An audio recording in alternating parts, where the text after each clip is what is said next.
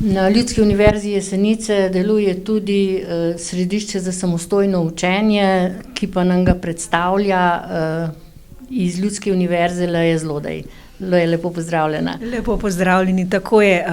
Na Ljudski univerzi Jesenice imamo središče za samostojno učenje, kar pomeni, da je odraslim, a tudi mlajšim na voljo prostor za učenje, ki je opremljen z učnimi gradivi, računalniki, namenjen je pa tistim, ki recimo pri učenju potrebujejo malo podpore, motivacije ali pa organizacije.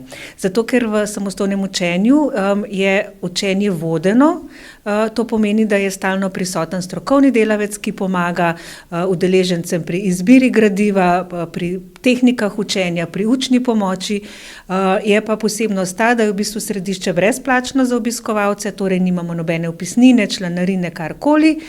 Potrebno se je samo naročiti, da si zagotovite prostor. Pri obiskovalcih Ljudske univerze na Jesenicah oziroma slušateljih je pomembna tudi kreativnost, kar nam predstavlja tale prostor, pred katerim stojiva. Vidi se, da se bližajo velikonočni prazniki. Tako je, tako je. Mi zelo spodbujamo kreativnost v vseh življenjskih obdobjih. Stalno so pri nas upokojenci, ki v okviru Univerze za starejše ustvarjajo v sekciji kreativnost. Prav tako imamo v ponedeljkih kreativne delavnice, ki so pa namenjene različnim tehnikam, različnim priložnostim, tako da v bistvu so zdaj tudi velikonočni motivi na sporedu. Moram pa povedati, da v bistvu zdaj tudi v aprilu začnemo z računalniškimi tečaji, s tečaji pametnih telefonov, s tečaji angleščine in pa z delavnicami za osebnostno rast. Tako da spomlad bo zelo pestra.